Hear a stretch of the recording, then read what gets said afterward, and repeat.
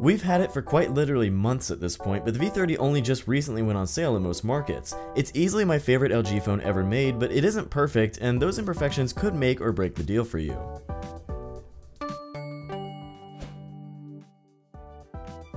Let me just say right out of the gate that I love the V30's hardware. I've never been a huge fan of LG's build quality, and even the all-glass and metal G6 just felt rough around the edges to me, but the V30 smooths out those edges into subtly rounded front and back glass panels that absolutely melt into your hands. The V30 is significantly shorter than what I would call its direct competitor, the Galaxy Note 8, with the added bonus of a much more conveniently placed fingerprint sensor and power button centered around the back.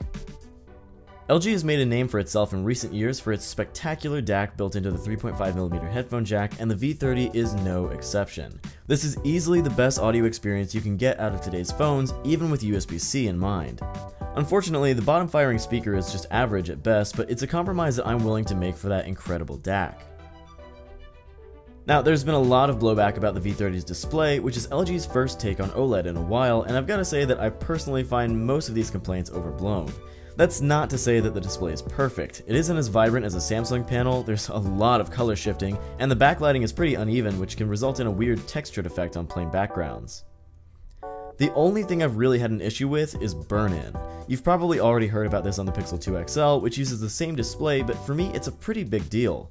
After just over a week of testing, I've already started to notice a few stuck pixels and some image retention around the navigation bar. It's minor for now, but if this can happen in just a week, imagine what the display will look like in a few months or even years down the road.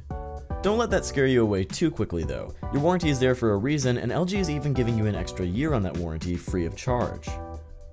Now, if you ask me, the weakest point of every LG phone has been the software. The company has been slowly improving its UI with phones like the V20 and the G6, but I was never able to say that I was really happy with the experience, and I think the V30 has me about as close as I've ever been, even though it somehow doesn't ship with Android 8.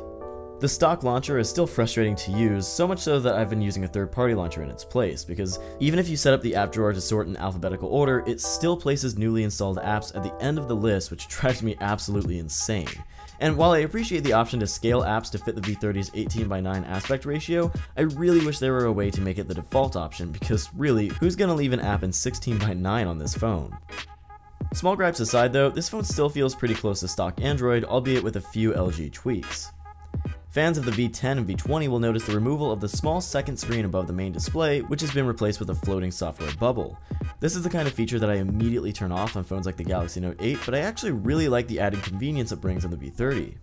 You can use this floating bar to capture certain parts of your display without screenshotting the whole thing, create GIFs, quickly access your contacts, control your music, or even set your own shortcuts in the settings.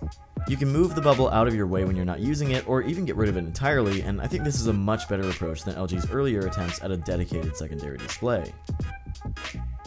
I did find myself constantly wishing there were an option to pull down your notification shade with a swipe down on the fingerprint sensor, as so many phones have been doing these days, like the Pixel 2 and the Galaxy Note 8, and boy do I wish this phone had less bloatware, but hey, there's always the Pixel 2 and 2 XL for that.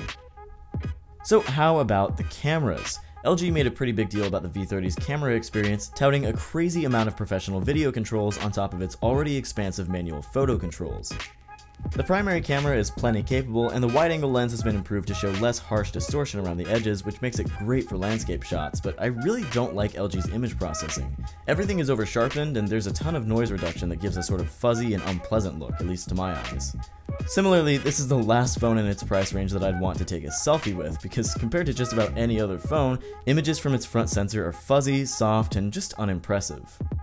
Still, if you're in it for video, this is an insanely capable phone.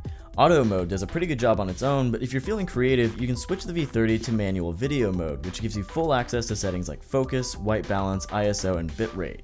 You can even shoot in LG's CineLog for more flexible color grading in post, and apply LUTs to change the look of your shot.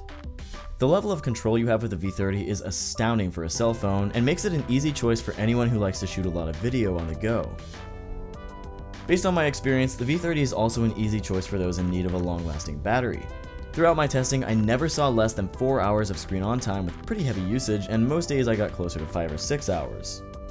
The V30 also has both fast charging and wireless charging, so it's quick and easy to top up when you're running low. So what's the verdict? Well, I really like the V30, so much so that I'm willing to look past the subpar display, but I really wish the cameras were a little different. The harsh noise reduction on the rear cameras and the just bad front camera are really the only things that make me look elsewhere, because otherwise I've been extremely happy with the V30. A lot of people are much less critical on the V30's cameras though, and if you're one of them, well, I really can't recommend the V30 enough. It looks and feels great, the DAC is second to none, the software is clean enough, and it's just the best phone LG has ever made.